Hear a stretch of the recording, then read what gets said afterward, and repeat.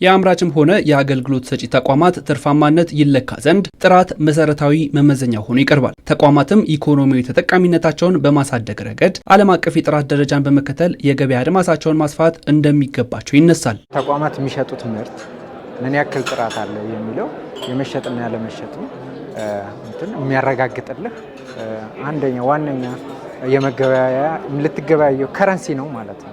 ለጥራት ቅድሚያ በመስጠት ሂደት ውስጥ ሸማችን ማክበር ብሎም ታማኝነት ይገለጣል። የዚህ ድምር ውጤትም ጤናማ መንገድን የተከተለ አትራፊ ተቋም መገንባት ይሆናል። በዚህ ለሚተጉ ድርጅቶች እውቅናን የሚሰጠው የኢትዮጵያ ጥራት ሽልማት ድርጅትም በዘርፉ የሁሉንም ተጠቃሚነት ማረጋገጥ የሚያስችል የልዕቀት መድረክ አካሂዷል። ይህም ጥራትን ባህል በማድረግ የማህበረሰቡ ብሎም የሀገርን ኢኮኖሚያዊ ተጠቃሚነት እንደሚያሳድግ ታምኖበታል። ስለ ጥራት፣ ስለ ልዕቀት፣ ስለ ምርታማነትና ቀጣይነት ስላለው መሻሻል ነው ውይይቶች እየተደረጉ ያሉት። ለምሳሌ ፔፐሮች ቀርበዋል። ከአዲስ አበባ ዩኒቨርሲቲ ምሁር አማካኝነት ለኛም የሚሆኑ ግብአቶችን ሰጥተውናል። አሰራሮቻችን በተመለከተ አሁን ካለው ዲጂታላይዜሽን ወርልድ ጋር በተገናኘ እንዴት መቃኘት እንዳለበት ሞዴሎቻችን ሀሳቦች ወሰድንባቸው ሁኔታዎች አሉ። አርቲፊሻል ኢንተለጀንስ ኮንሴፕት ተነስተዋል። አርቲፊሻል ኢንተለጀንስ በምርትና በአገልግሎት ሂደቶቻችን ውስጥ ምን መልክ ይኖረዋል የሚለውን እሱንስ በሞዴሉ እንዴት አድርገን ነው ማካተት የምንችል የሚለው ነገር እንደ አሳይመንት የወሰድነውና የምናስብበት ነው።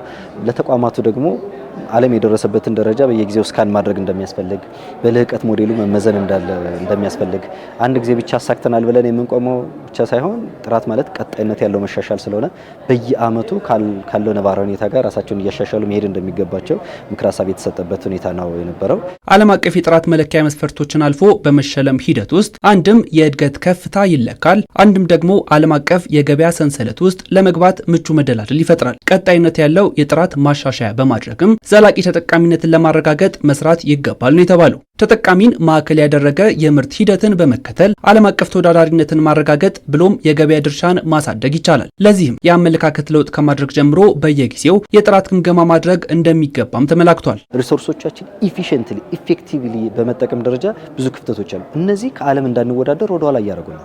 ለምሳሌ የገዛነው ማሽን ምን ያህል ነው እያመረተ ያለው፣ የሰው ኃይላችን ምን ያህል ነው እያመረተ ያለው የሚለው ነገር በደንብ መለካት መቻል አለበት። ኳንቲፋይድ መደረግ መቻል አለበት። ይሄን ሜጀር ካላደረግነው በቀር ከዓለም አቀፍ ደረጃ መወዳደር አንችልም እና በዚህ በኩል ክፍተት እንዳሉ እናያለን። እሱን የሚያሻሽሉባቸውን ፊድባክ እንሰጣለን፣ ትሬኒንጎችንም እንሰጣለን። የምናመርተው ለደንበኛው ነው።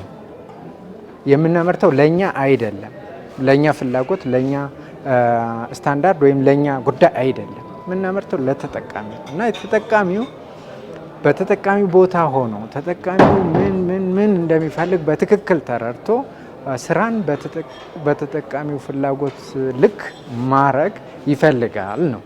ስለዚህ ከራስ ተኮር የምርት ስርዓት ወደ ደንበኛ ተኮር የምርት ስርዓት መቀየር ያስፈልጋል። ይሄ አመለካከት ለውጥ ይፈልጋል።